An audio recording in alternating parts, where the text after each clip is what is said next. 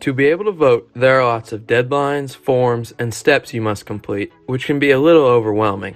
Today, I'm going to take you through a walkthrough on the process of voting to try to make it a little easier. The first step in this journey is registering to vote.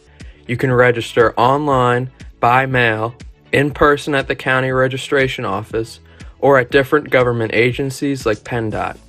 No matter which option you choose, you will be required to fill out a voter registration form.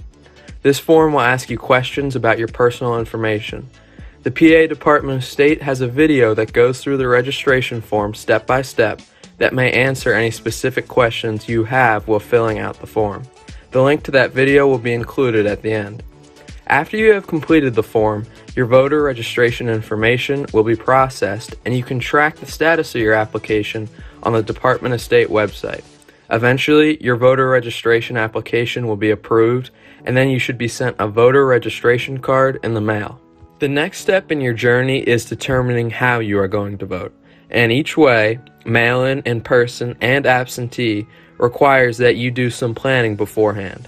If you would like to vote in person, you want to make sure you know where your polling place is, which can be found using a PA Department of State tool.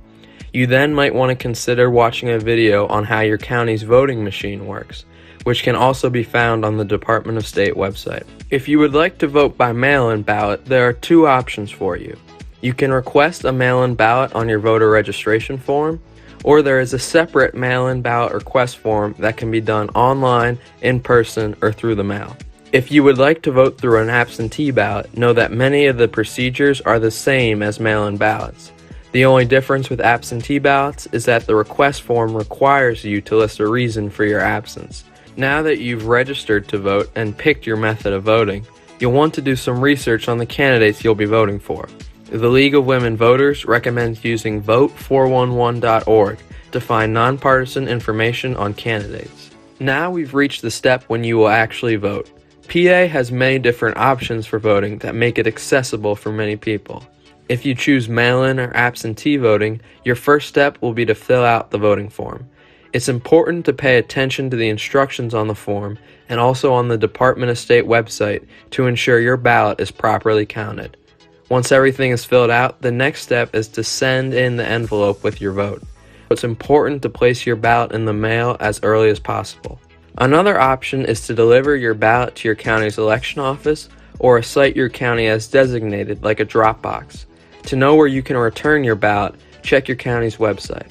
If you have a disability and are unable to deliver your ballot, you do have the option of filling out another form that can designate someone to be your agent to deliver the ballot. Finally, PA does not have traditional early voting, but once ballots become available, which is usually a few days before the election, you do have the option to go to your county's election office and vote early there. This process will involve applying for a mail-in ballot and filling out the mail-in ballot, all during the same trip to the elections office. The last option to vote in PA is by voting in person. PA's polls open at 7 a.m. on election day and close at 8 p.m. Only first-time voters or voters new to the precinct are required to show an ID to vote, which can be a driver's license or even a utility bill. Your voting should go smoothly, but occasionally there may be hiccups. For example, if the polls close at 8 p.m. and you are still in line, stay in line and vote. Additionally, if you make a mistake on your ballot, you can request a new one. Finally, if the machines are down at your polling place, you can ask for a paper ballot.